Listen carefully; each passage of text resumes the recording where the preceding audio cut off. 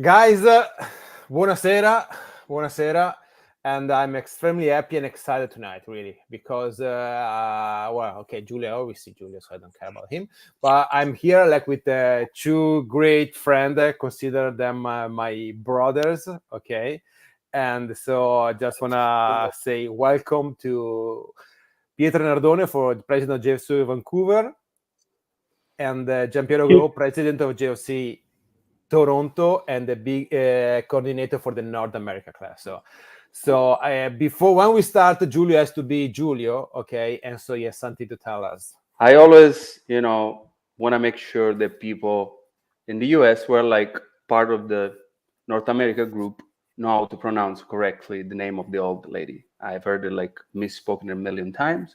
So just make sure, guys, the same way you pronounce the first U, you pronounce the second U. So it's Juventus, no Juventus. That's all. Okay. Welcome, everyone. Okay. Oh, look who's chiming here. Actually, he's in LA right now. So. Mauro. Ciao, Mauro. And so, guys, so usually we have we just started doing this thing. So we just do it because sometimes I miss Giulio, so I would like to talk with a little more with him. And we just started just to have fun with the other guys from our club, okay, to keep things going even the season is over, okay. And then we would like to host everybody. Everybody is welcome here. We just want to have a good times and have a positive vibes, good vibes, because I think we need it, okay. So so this is for you, Giulio. So and we have a question since you're new to here, okay. So we know that you're great big Gobi, okay, and but we need, if you want to introduce yourself, we're gonna start with Pietro, okay, and we want to know who is your favorite player ever for Juventus and your favorite coach ever for Juventus. And if you want to introduce your fan club, that is, if not mistaken, is the second biggest in North America, I think. I don't know about North America and Canada for sure. Pietro Nardone, JLC Vancouver. Our club is a young club, 2017. That's when I founded. I called the Juventus official fan club Vancouver Alessandro Del Piero. So guess who my favorite player is? Alessandro Del Piero.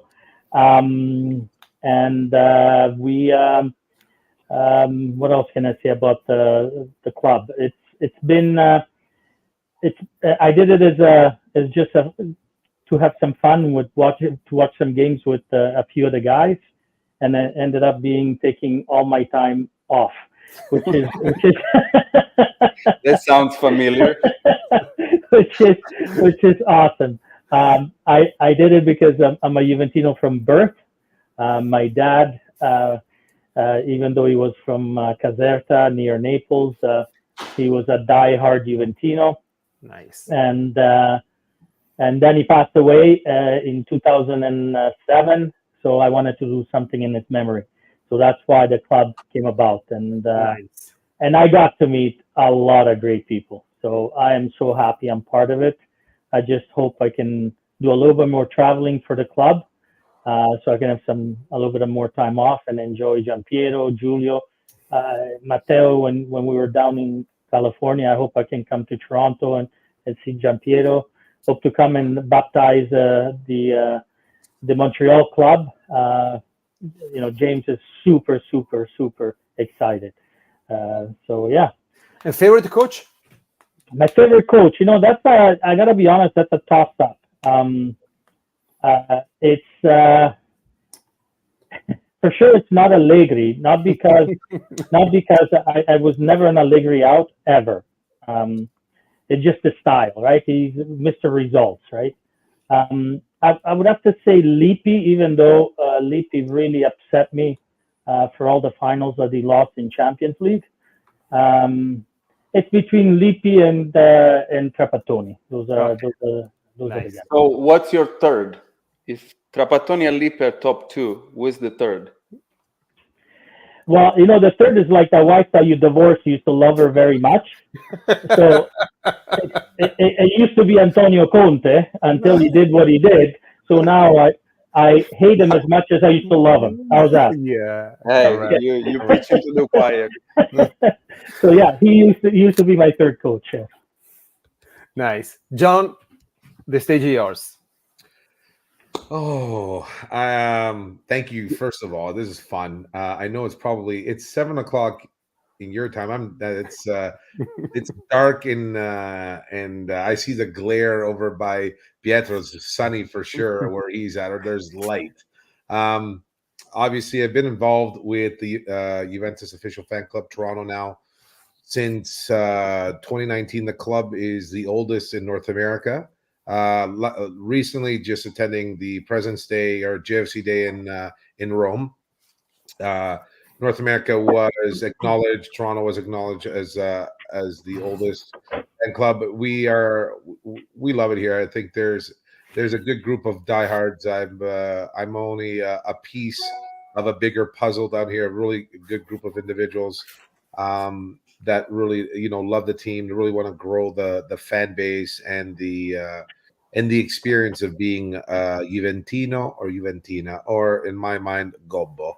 And that's been with me. I've been obviously leading Toronto now. I think it's 4 years on with the club again, like 5, 6, 2018, 2019. And like we have a good contingency here, good group of Italians, obviously great mix, but very strong. And it's my love for this team comes from my mom, diehard Juventina, anti-sportiva, which is the way and but a fun finance that I have the blessings of God giving my son intelligence and him wanting to be a Juventino as well.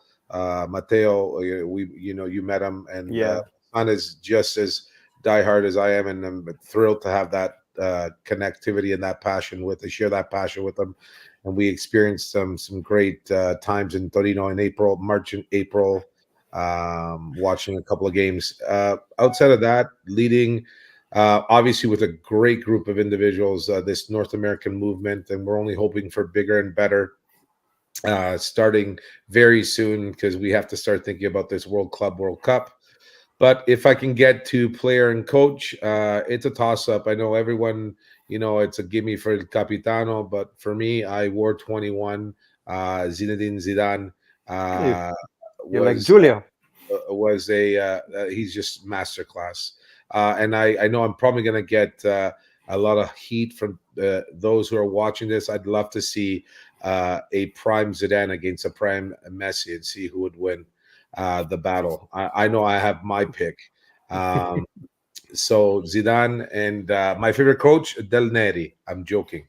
I was thinking Zaccheroni, but okay. It's easy to say. In my mind, someone like Marcello Lippi. I am a true Allegriano. Max Allegri for me will embody every bit of sacrifice and love for this team and this organization.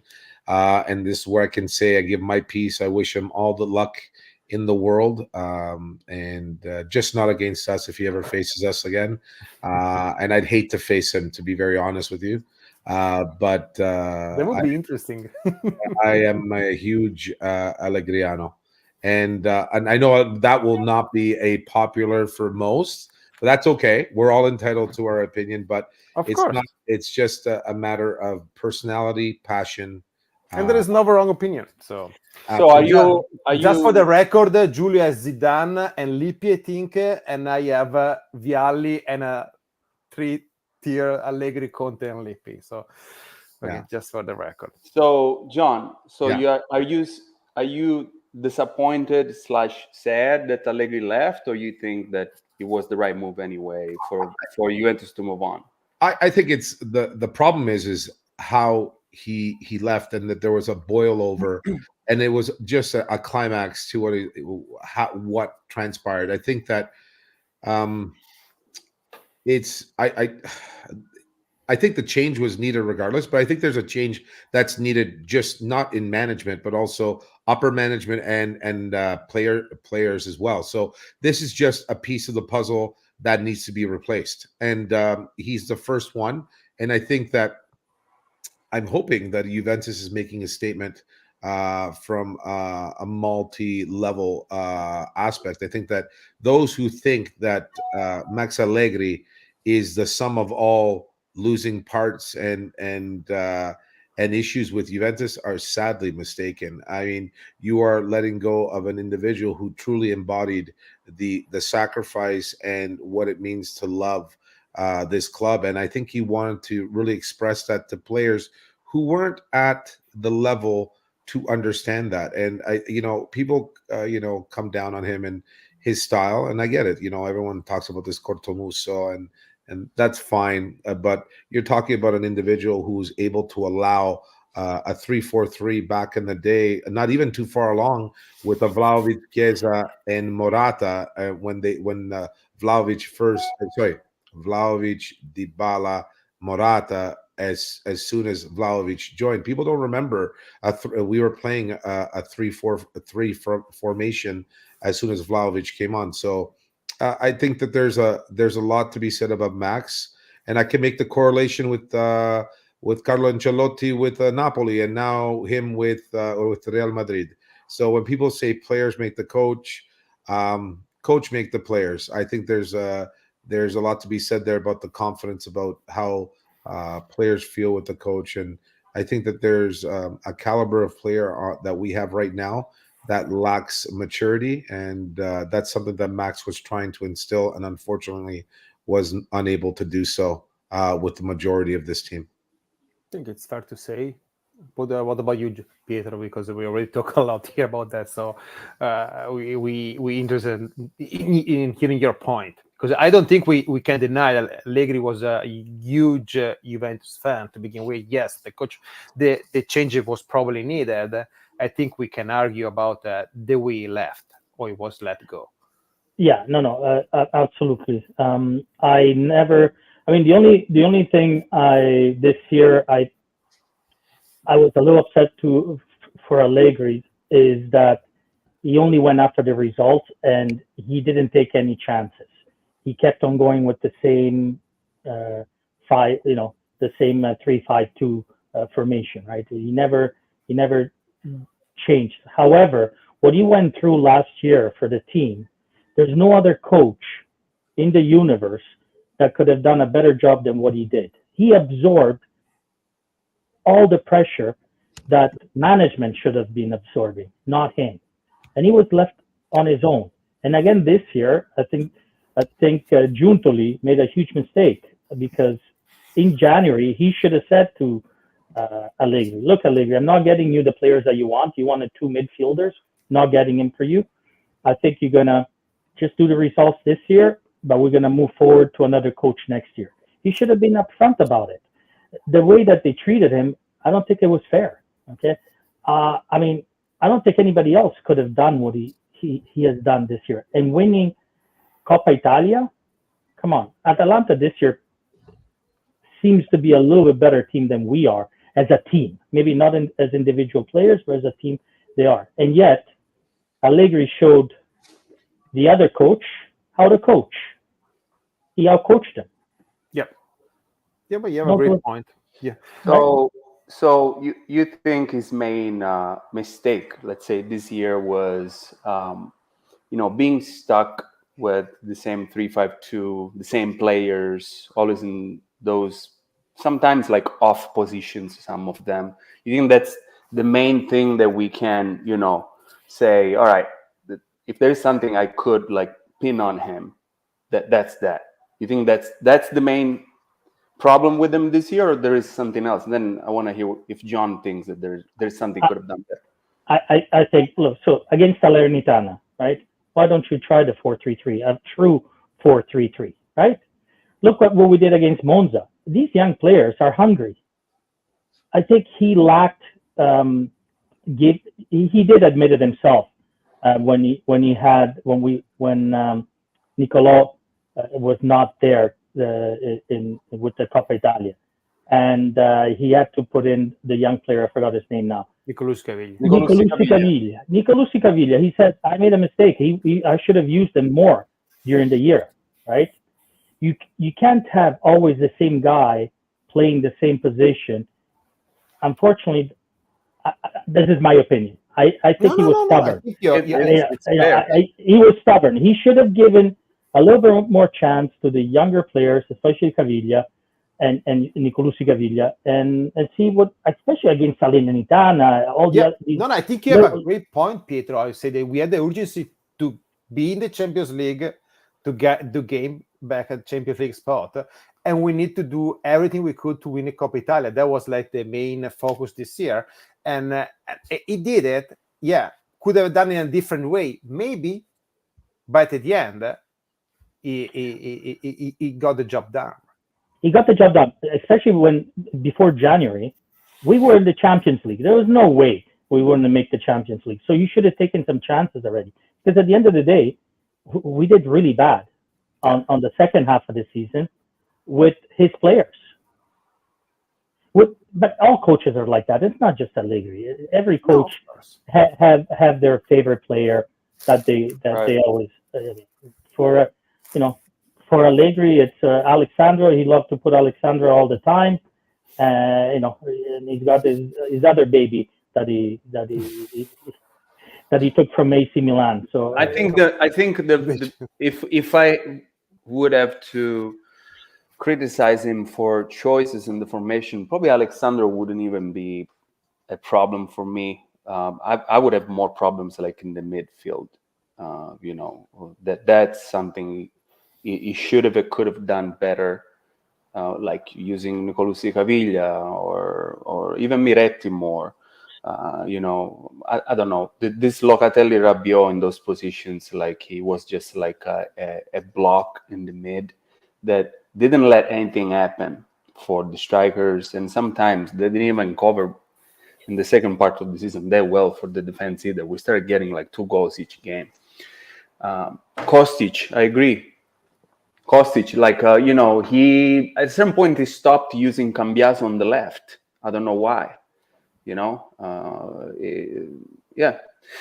So I agree with you, and I'm curious to see if John thinks that there is something he could have done better or not, since he's a strong supporter of Allegri, which I am too, by the way. I've never been against Allegri. I am a great supporter of Allegri, but I do think he could have done better. I agree, and I think that there's a recipe here, and the recipe is there's a commitment from all levels to what the coach wants. Essentially, the coach is the conduit to success and communication to upper management about his team. We start the season, Fagioli, Pogba, gone. And we can all agree that both of them being an important issue with regards to an important component of his midfield, where that's the change, whatever. You take those two, I don't care. You get Pogba at 60%, you have a more active player. You have Fagioli, especially what we saw in the last couple of games where he came back. His ability to see the play differently than most play. We have a special player, and I hope it only continues. And I hope whoever takes over the bench completely understands it. I'm going to tell you, I'm going to go out on the limb. I wish they would have given Montero the full year next year. No, please, I love Montero. You can't get me wrong. Gobbo, mille volte io metto Gobbo sulla banchina. I don't care. He would have done what Allegri has done in the Coppa Italia on a weekly basis. I love it. Give it to me more. Red cards all the time. We would have seen Paduin leading the team on the sideline. Amazing. But I think the problem is when you have this, and what I believe, and there's a few things that unfortunately there's a little bit of insight that I have that most people don't, is the understanding that management kind of left him on his own to manage mistakes and manage successes and take the full weight of the team on his back. Gentlemen, this has never happened with any other coach in any other team in Serie A, where there's no one from management, complete silencio stampa, nothing happening, nothing being said, no Giuntoli, no Calvo, no manna, no If you Scaloni. want, I'm gonna add more to the fire. Ferrero, nothing, and and that for me, it really does give a sense of where he was managing and how that could have had an effect. And I think personally, he was managing for savior of his own side. Like any coach is a pride-filled individual who wants to go based on success, and I think success is also being. And he was at that point. He's like, okay, they wanted me to cook, and I've said this before, and people probably on here maybe listening, if you want me to cook you a steak and all you're giving me is flour, egg, and water, I'm making you pasta. I'm not making you steak. And I think that at that point he understood what he was working with. And folks, the reason why he played heavy in the midfield, these guys had no responsibility or had the wherewithal to actually trail back. A lot of times these players couldn't even put 5 passes together. No. Right. In the midfield, they could make just oatmeal or potatoes, not even pasta. But there you go. So as much as you want, in order, a coach who's technically sound and understands what he needs to go get through, and I hate to say it, Miretti, a few other players, Wea, like to transmit Costi, to transmit a certain level of understanding, and these guys are not picking up. It's hard because it becomes a disconnect. Our defense was our strongest point because we had very strong, mentally strong individuals in the back. Bremer, Danilo, very strong mentally. Gatti, I know he's Mr. Forgetful, but still a very tough individual to play against. And I've seen it firsthand. And Tech has been Tech was fantastic for him. I think that the fact is we had an individual who just looked at what was thrown in front of him and he's like, okay, if I make it to the end of the season, we know that calculations Allegri says, if I get 75 points, I'm in Champions League. And I'm guaranteed. He's done the calculation at the beginning of the season. And I tell people all the time, his comments on with the journalists and what he's saying, it's all a play. If people take that seriously, the players know the coach that he was. They loved him. We saw him at the end of the year. I do believe that whatever he had in mind with the players he had, he could not transmit. And I agree with the comment that Pietro said. It's that stubbornness, is that his inability to want to step right or left and make changes in order to accommodate the players that he had. What he did do is rely on players that he did have to who are willing to make the sacrifice. We saw Vlahovic. Maybe he plays safe. He didn't try to do anything different because at the end of the day, he was just focusing on getting the job done. Yeah, Pietro was perfect to me. Yeah, and I think one of the players who made the change and actually stopped fighting him but working for him was Vlahovic. Vlahovic had there was a shift in my mind, a change in him mid-season that kind of went in where he's turned into. But guys, I always heard about. Sorry, before I need to point this out, and with something we should work about. Let's do a Fantacalcio for all North America fan club. I definitely agree. So we should work on this. And we are hearing about Allegri fighting Dusan. And guys, we seen they were here for a week last year. The only thing I see with Dusan and Allegri was having fun together. Right. Having fun together.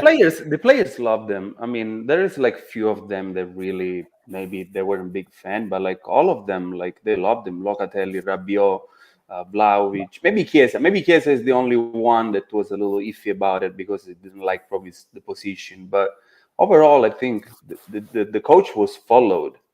It's not true that the players weren't supporting him, they left him alone. I don't believe that even a bit. If you see the end of the Coppa Italia, the celebration, the players were all about him. They loved seeing him losing his mind, in the side. So, well, Giulio, you touched upon Chiesa. What, if I may ask? I have my own opinion about Chiesa. What do you guys think? I think Chiesa has paid a long price for the injury. I think it took a lot longer than we thought. And I think Chiesa will be better on the right instead of the left. But he needs to learn how to look up and see who is around him instead of being like a bull, head down, going straight and being predictable all the time. So he has the potentials, I don't think that the way we were playing this year like kind of helped him.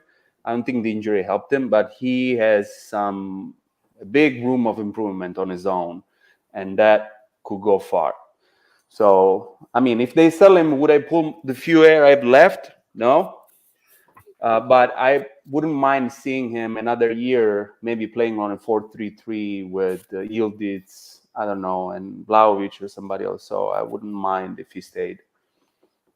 How about you? I want to hear from everybody about Chiesa, because in my club, there's a big rift between. I'm gonna be short. I love Chiesa. I was happy when we got him. Okay, even if like a lot of people wasn't positive, and he had a lot of, and they were complaining because we paid a lot of money. But he needs to play in a team, for a team. He cannot play by himself. Right. And what I'm actually, because we're already hearing rumors that Thiago Motta doesn't like him because he doesn't defend. I think these rumors is just BS. Correct.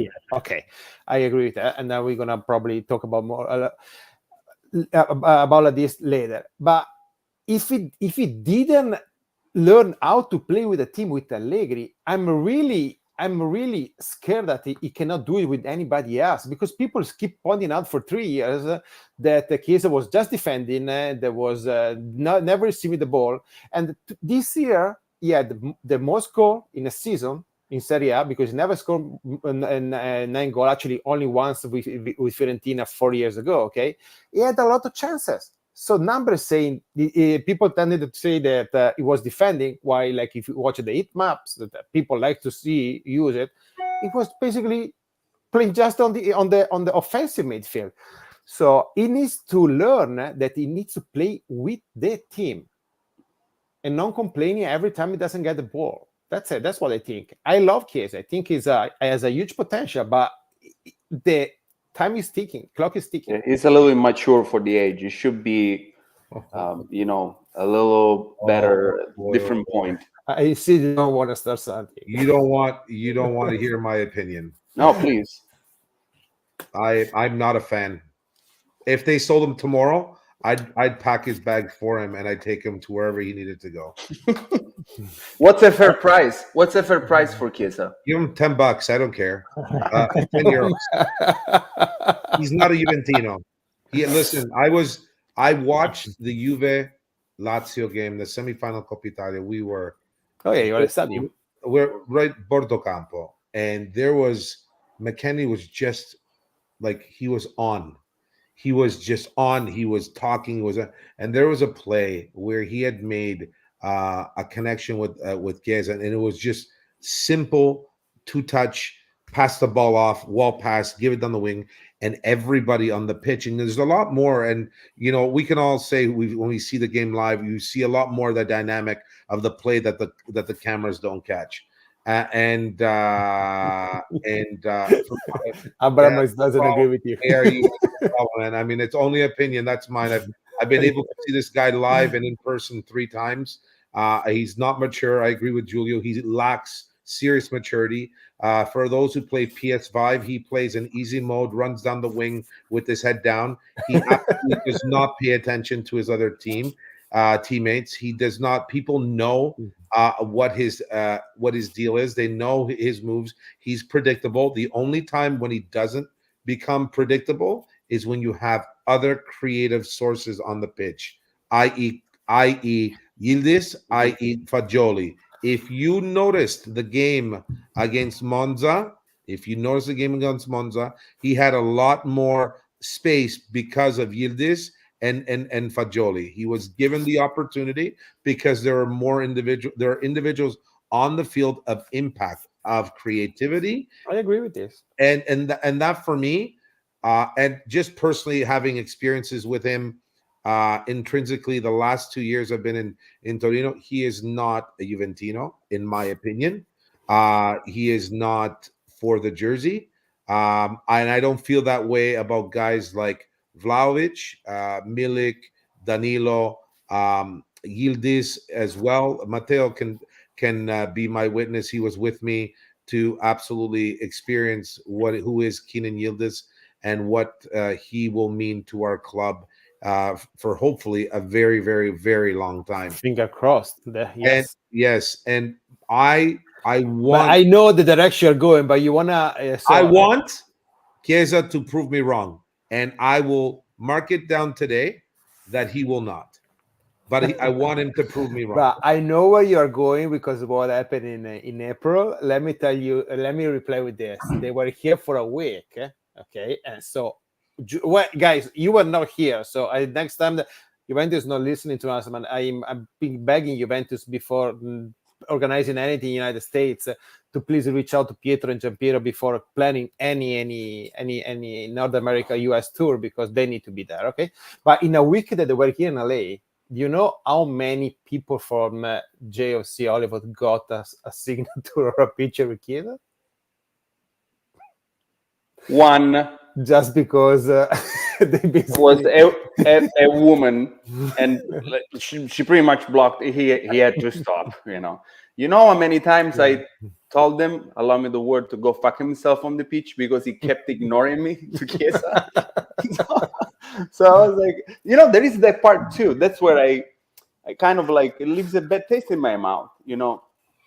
Everybody that week was so available, but Chiesa. There was another player that really did. Oh, Bremer. Bremer wasn't really participating to anything, but everybody else was very, very available. But why do you think that? I have my own opinion about Chiesa. I want to hear that because you haven't spoken about that. So everybody's right, in my opinion, whatever you guys said.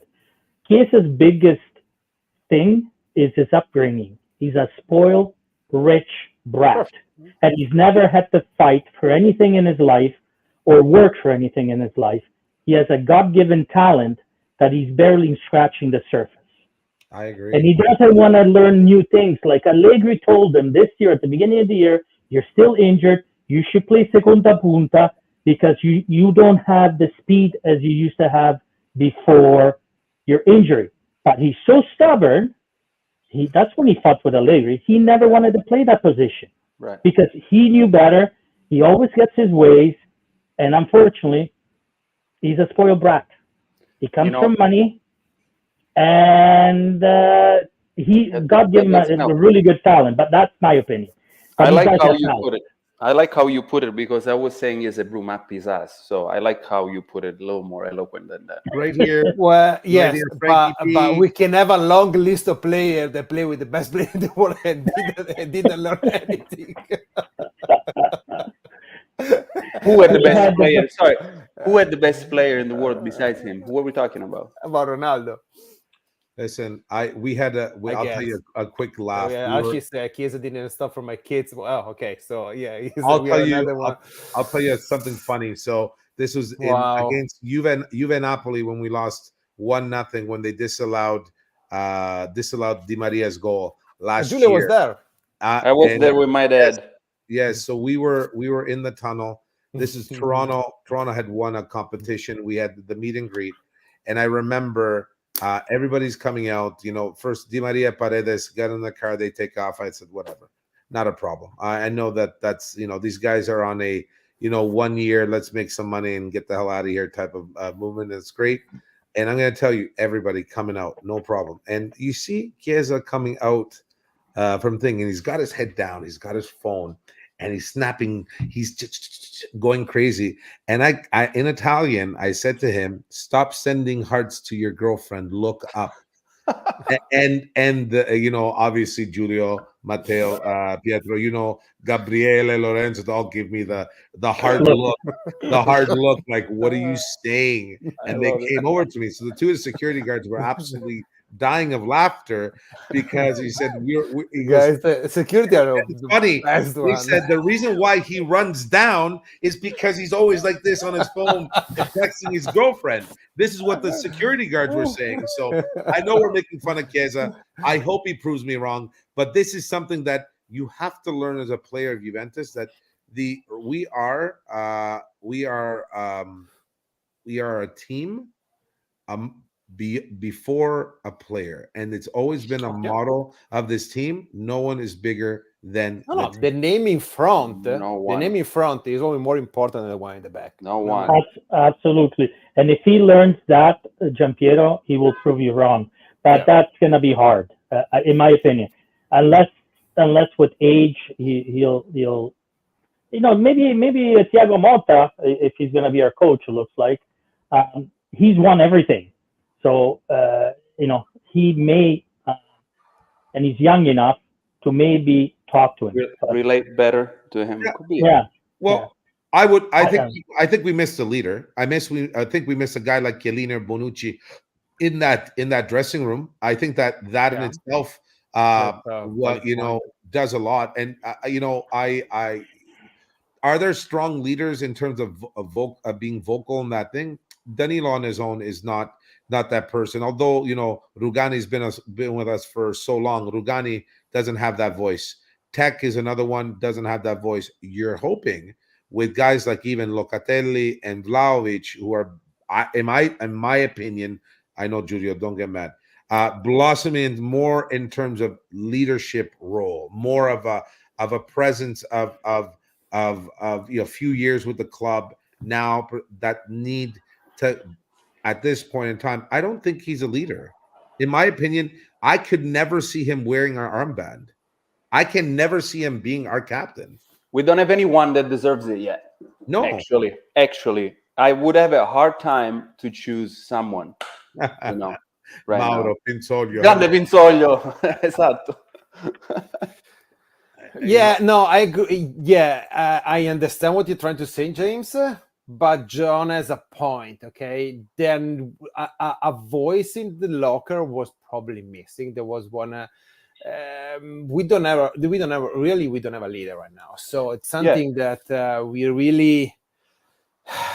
I don't know. Who's in the halftime yelling and screaming when you're down by 1 or 2, grabbing them by the neck against the wall? I don't see anybody doing that. No, you're right. But I was listening to an interview on Radio Bianconera. I can't remember who the Juventus player was. He goes, Scirea didn't say much, but he was the greatest leader that they had. You understand? So sometimes it's not about screaming. Sometimes it's about him looking at you. Mandzukic. Yeah, Mandzukic. Personality. It's for example, Bonucci, he yelled and screamed, but he wasn't a leader. He was not a leader, guys. I agree. Okay, Chiellini, and this is again, we're just personal opinions, right? He's a great player. He's done many things, but I don't think Bonucci was a positive leader. I think that it's not even a leader; it's presence, and I think that there's something that I'm not for having Bonucci or stay, whatever. I made the association because he was the last of the wall that was with us, and you look at the, I know there's the essence that's missing, and I don't know if we can get it back because we have such a detachment from where we were to where we are about the identity of this team. There's no identity. I'm sorry, there's none. I don't know if Thiago Motta is going to be the thing, and I don't want someone like Giuntoli and Calvo to redefine the identity of Juventus. I think that's taking away from the mystery and the mystique of Juventus and being owned by the Agnelli family for so long and being run the way it is. And you're right, the DNA is there is a DNA that is required, and I agree with Giulio. I don't think there's anyone truly that represents and what our captain the colors. I think and that's obviously something we can discuss about where our decisions have been in the last 5 to 6 years about who replacement players are, who are we bringing in, always these free transfers, never spending money because whatever. And again, that's the real deal. And I think character has to be a part of the decision of players moving forward. and character goes well beyond just the ability of being able to score a goal, take a free kick, playing position, being the strongest central defender in the league. It has to do with what is it you want to take. As much as we can talk about Sandro and whatever. I mean, what I saw on the pitch the other day about a person who cries. It's true. A person who cries for the shirt will forever have a place with me in Juventus. I'm going to tell you how many players really right now would you have seen who would have done the exact same thing that Sandro did? It's better having like a 10 Alexandro than one Quadrado. That can tell definitely for sure. I agree. But to your point, Giampiero, Marotta said it best when he was with Juve towards the last year. He goes, my biggest problem with the team that I'm going to have is replacing the Zoccolo Duro. And he was right. At that time, we had Buffon, Bonucci, Chiellini, Barzagli. See, he goes, those four, how am I going to replace them? And he was right. Look at Juve now. We don't have any of those four. I mean, I think the biggest leader we're going to have for the future, Yildiz. The way he played against Monza with the bacala of the Monza player, I can't stand him. Oh my God, can you start with that? Yeah. Oh my God. Izzo. I mean, he showed Izzo.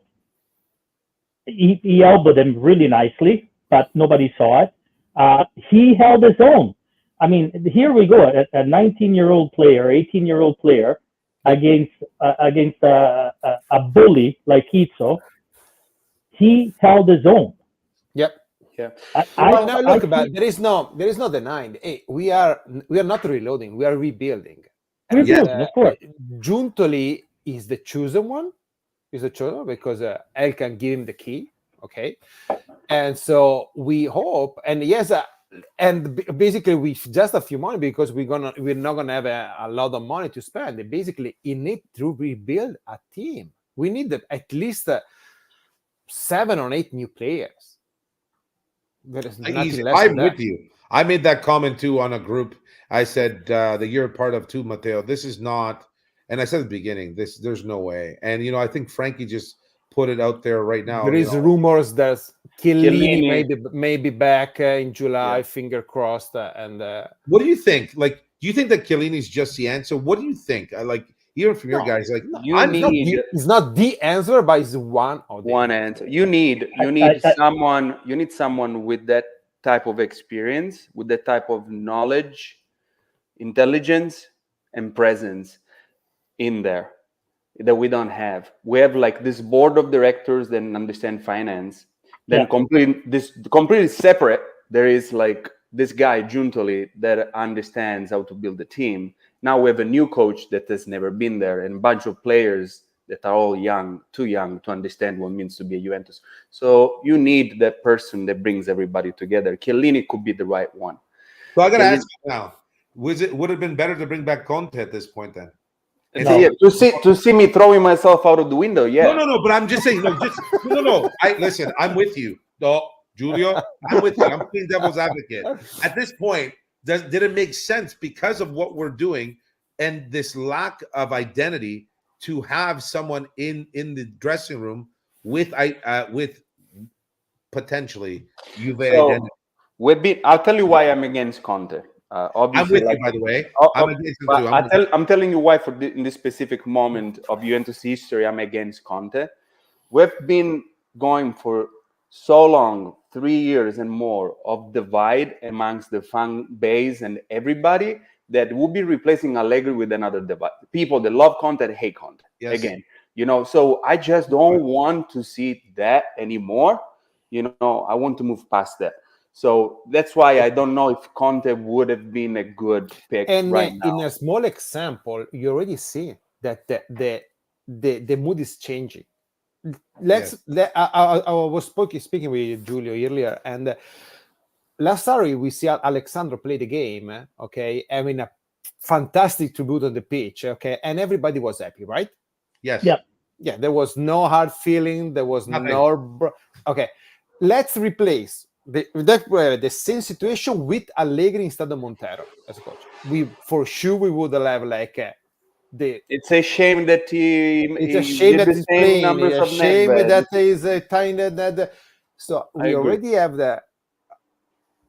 I don't want to say positive because I'm gonna support Juventus no matter what, and I know that all you guys are gonna be with me, okay?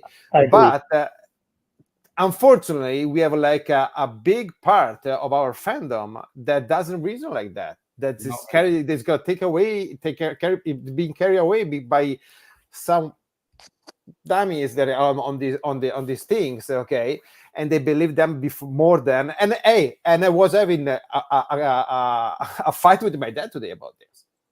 But so And seeing Conte this, is not a company man. Conte is a Conte man, by the way. Yes, he's selfish. Yeah. It's about So him. we need. I would still think that Conte is a Juventus fan. Yeah, it could be a Juventus fan, but like he let him go to Napoli and we'll right. see. It's not gonna last like past Christmas. Hey, I don't know because I don't know because I want to see it. I want to see it. Yeah, I want to see the fireworks. I like Napoli with fireworks when they they celebrate the Scudetto before they actually They're still celebrating. I want to see this. I actually want to see well, my God. a quartiere lit up with I'm pretty sure we're going to see a charity match between De Laurentiis and Conte, a boxing match at some point. But hey, can I say something?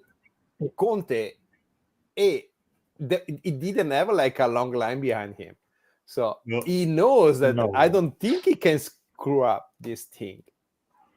Yeah. So I don't know. Look, I hope he's not gonna do great because I dislike Napoli with all my guts.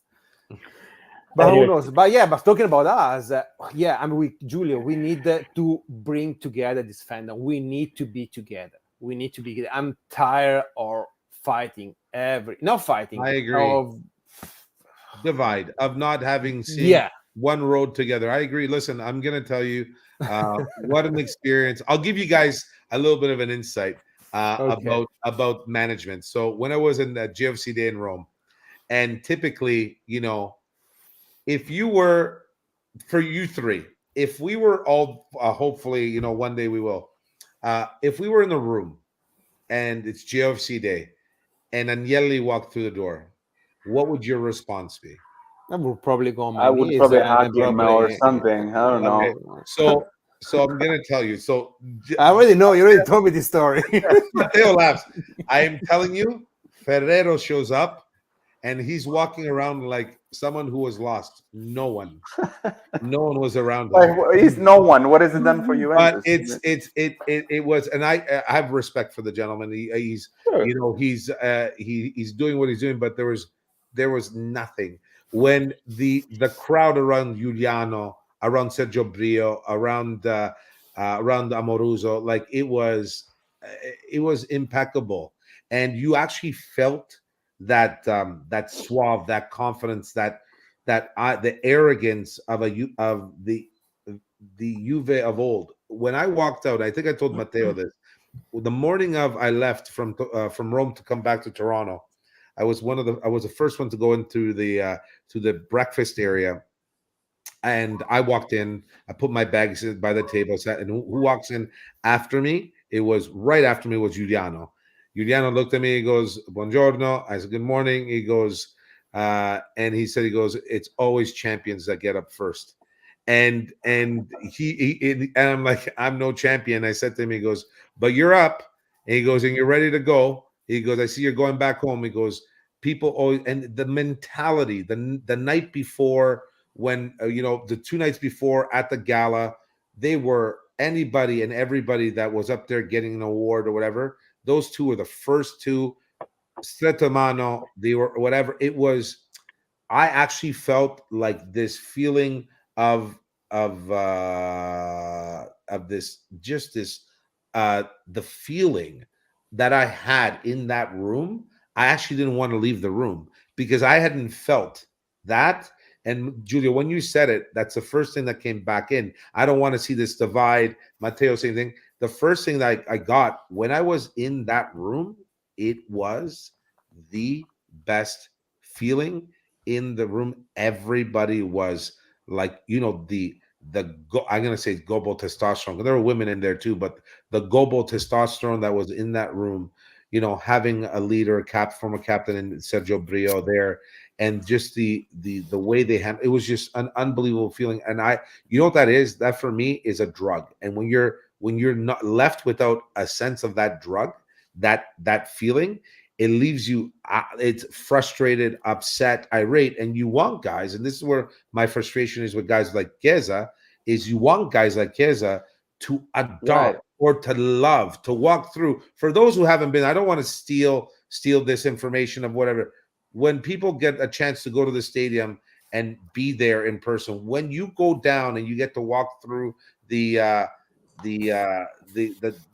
change room, before there's a hallway. And I'm not going to say for people who haven't seen it, when you walk down that hallway, you know what it means to be Juventus. You see imagery of what is Juventus. Yeah, but to circle back and going back, Pietro, you had the chance to spend some time with Chiellini, right? And I think everybody agreed that he can be it can be not the answer, but one of the answer, one that can really help the team, like making understand the young people what is really Juventus.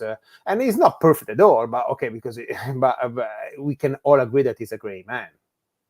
Yeah, he's going to be the buffer between the players and management. Yeah. That's and he's humble. For those, everybody is, you know, I think all of us have met him. He's just humble.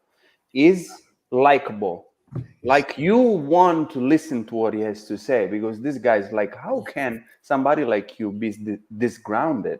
So whatever you say must be true, right? That's why I'm saying, like, he could really give a lot right now. Yeah, but you know, he also knows you know, John Elkann on a basis, I mean, right? Of course. That's, you know, and he's humble, but he's intelligent, you know. Very, very, very. And you know, and he knows how to say the right things at the right times. You know, having long conversations with him has been an eye opener for me. I understood a little bit more about Juventus. I understood a little bit more about, going back to what Matteo said.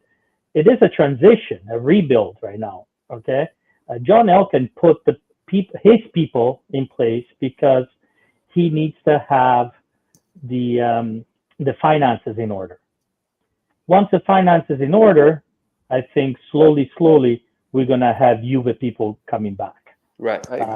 That's and like Chiellini will be the first step. Outside of Chiellini, who would you guys like to see? I'm actually like, this is the most intriguing part about me. That we're gonna have the last question, and but we're gonna go, John. No, I want Chiellini. I don't want anyone else. I want Chiellini. I would love Nedved to come back, but he's not coming back. So I'm more than fine with Chiellini personally. Well, Nedved cannot come back. He's an Andrea Agnelli. See, they had to get rid of Allegri because he was the last Andrea Agnelli survivor, right? That's why they had to get rid of him. The way they did it, it was wrong, but that was the reason why Giuntoli got rid of him. John, what was your question? Sorry, I didn't understand. Outside of Chiellini, who would you like to see? Like, is there anybody else? Like, where do we continue from Chiellini?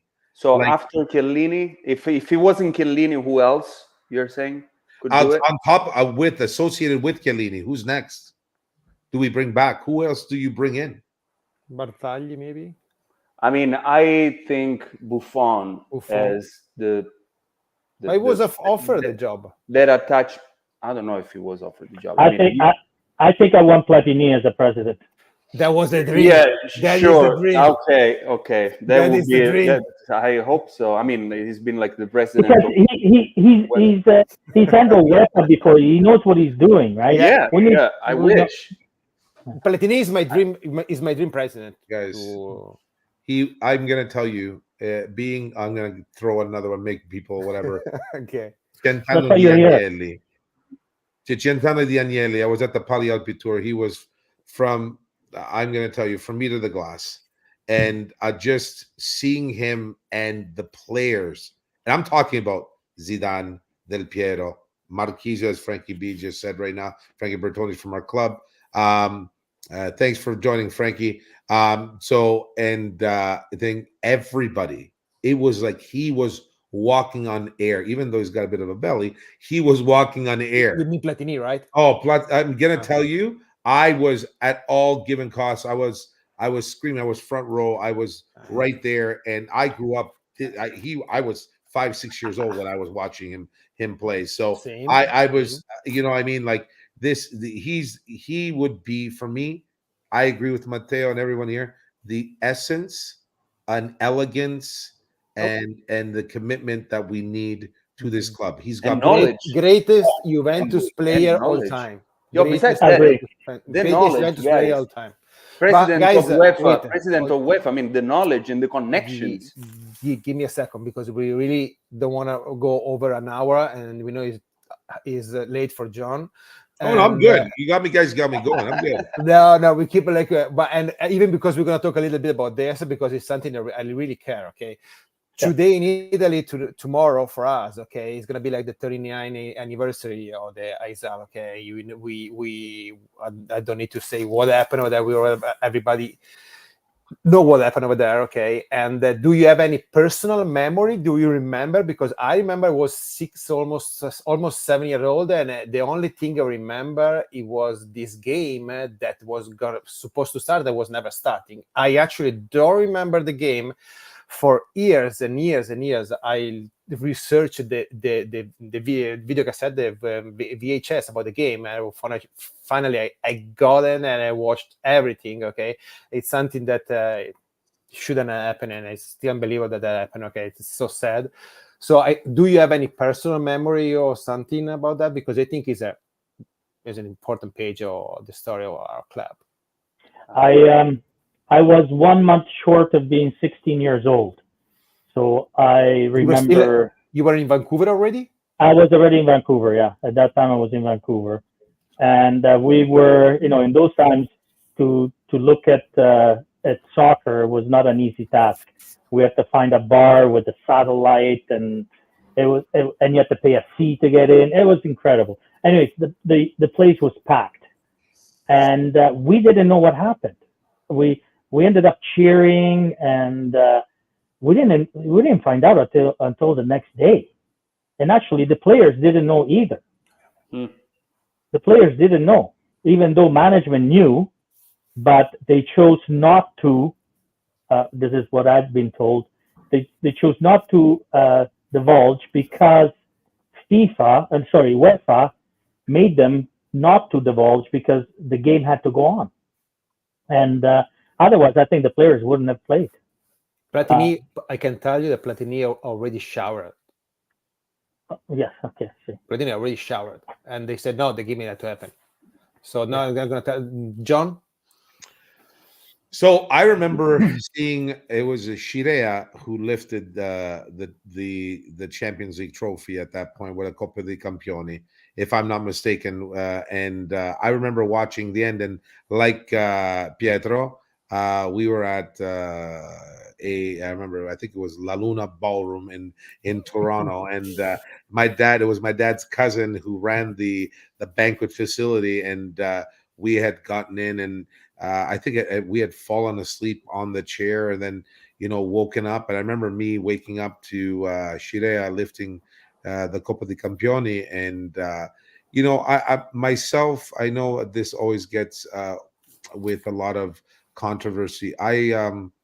It's I wonder why there's such a detachment between the organization Juve themselves and Hazel, and why there is a lack of acknowledgement. And this actually bothers me because we're talking about people who made a trek to Hazel from Italy, whether it be from Torino or any other part of Italy, or right across Europe, who were Juventini, to watch that game. It's for me, it's very disheartening to understand that there is a lack of commitment, where you don't see the same thing with, I can make the association with Il Toro, the team that I know was the team that perished in the airplane. But you go to Superga, there's such a beautiful memorial, And I know that there's groups in Italy outside of Juventus that have created a memorial for the 39 that perished in Hazel. That's my thing. And honestly, anybody in their right mind who is a Juve fan, or anybody who is a sports fan, regardless of what any tragedies, to mock or to whatever, there's no place. I think it is a very poor and just animalistic and cannibalistic mentality. That for me is my memory that I remember the most seeing it. But thing that just continues to bother me is how we fail to acknowledge these people as an organization, and how we fail as human beings to understand that people died because of a game. They didn't die because they were fighting a war or a process or what have you, or freedom. They went purposely to watch their team play, and it was a moment. Should have been a moment of passion, happiness, or what have you.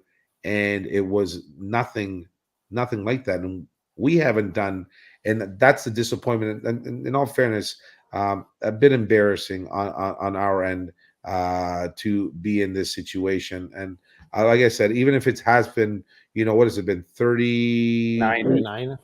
30, how many years now? 39. 30, yeah, 39 years. It's far too long, and it That's a should nice not. idea.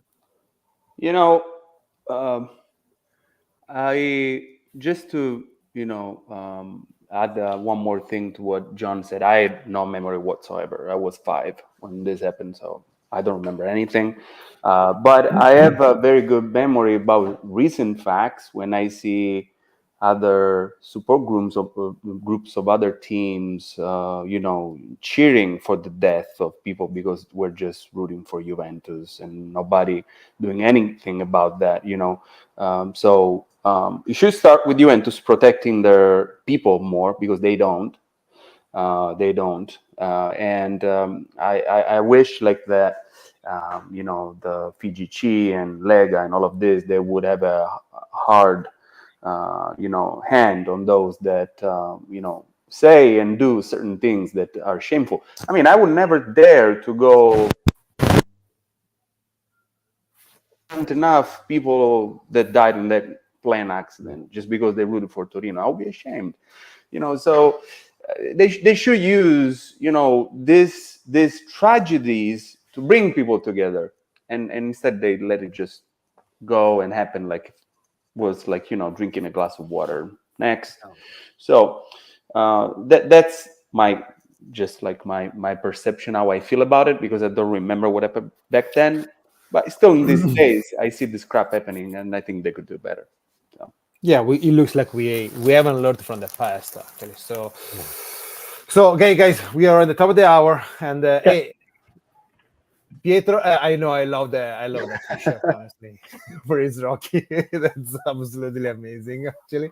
So please look, we doing this for fun. We're doing this to try to spread positive vibe, keep having a life, having a beer. I still need to figure out if YouTube allows us to drinks where we're having this. It's espresso. Okay, it's not a shot. It's espresso. So I need to find out, because I would love to have a beer. Speaking with my friends, with my big brother over here. So please be back, okay? And let them know that everybody for your club are more than welcome here, okay? And just like try to stay together, and hopefully, hey, worst case scenario, we're gonna see next year. We're gonna watch some game together. That's right. That's a fact. Absolutely. That's a fact. Next summer. Hey, next year you don't have any wedding? No. Yes. Italian vacation. You already know, okay?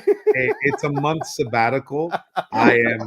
I'm gonna be the traveling man. I'll have a Winnebago or something.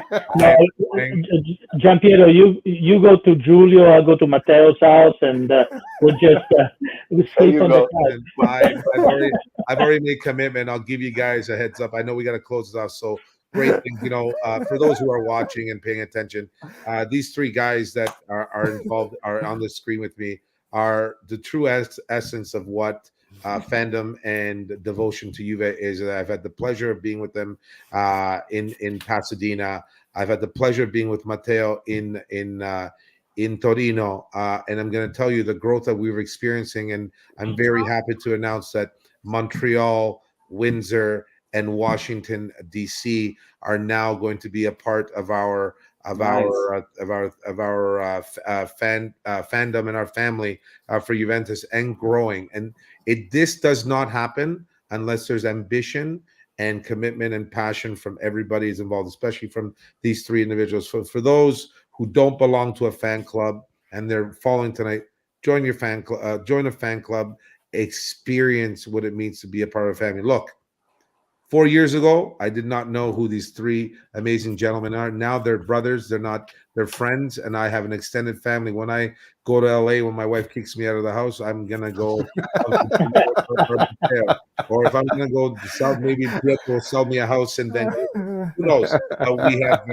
We have an amazing group, guys. Please follow our journey. Become a part of a fan club, and we are the best. I'm gonna tell you.